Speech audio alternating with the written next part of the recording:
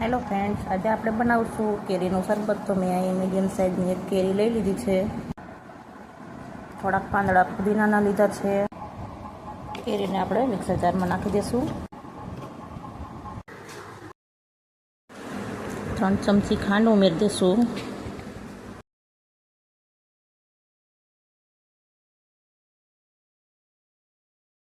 હવે આમાં આપણે થોડુંક પાણી ઉમેરી દઈશું. ક્રશ કરી લેશું. ચાલો, હવે ક્રશ કરી લીધું છે.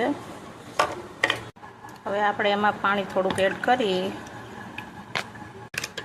મિક્સ કરીને એને ગાળી લેશું.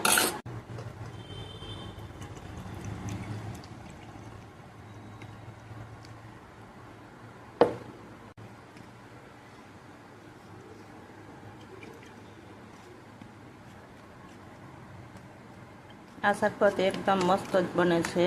જો તમને લૂ લાગતી હોય તો પણ નહીં લાગે. કેરીનો શરબત બનાવવા માટે કંઈ ઝાઝી વસ્તુની પણ જરૂર નથી પડતી. ઇઝીથી બની જાય છે. એટલે તમે એકવાર જરૂરથી ટ્રાય કરજો. અને તમને જો મારી રેસીપી પસંદ આવે તો લાઈક કરજો, શેર કરજો ને સબસ્ક્રાઈબ કરવાનું ભૂલશો નહીં. ચાલો, ગ્લાસમાં નાખીને સર્વ કરી લેશું.